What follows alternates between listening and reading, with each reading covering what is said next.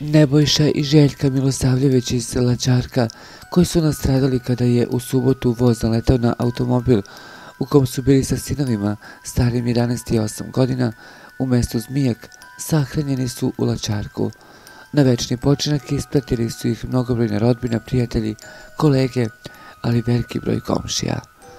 Na sahrani nisu bili njihovi sinovi, koji su još uvijek u bolnici i ne znaju da su im roditelji poginuli.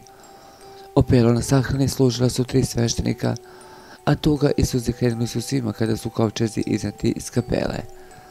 Neško, sine, što nas ostavi, što ostavi decu svog brata, sestru, sestričinu, što ostavi roditelje svoje.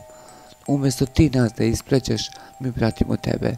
Jao, sine, zakukao je Nebojšin otac od bola nad sandukom sina. Pre nego što su kovčezi spušteni u raku, potresni govor je održala Nebojšina i Željkina prijateljica. Njen govor nikog nije ostao ravnodušnim kada je pročitala deo u kome se obraćala nastradaloj ženi i majici 2 maloletnih dečaka.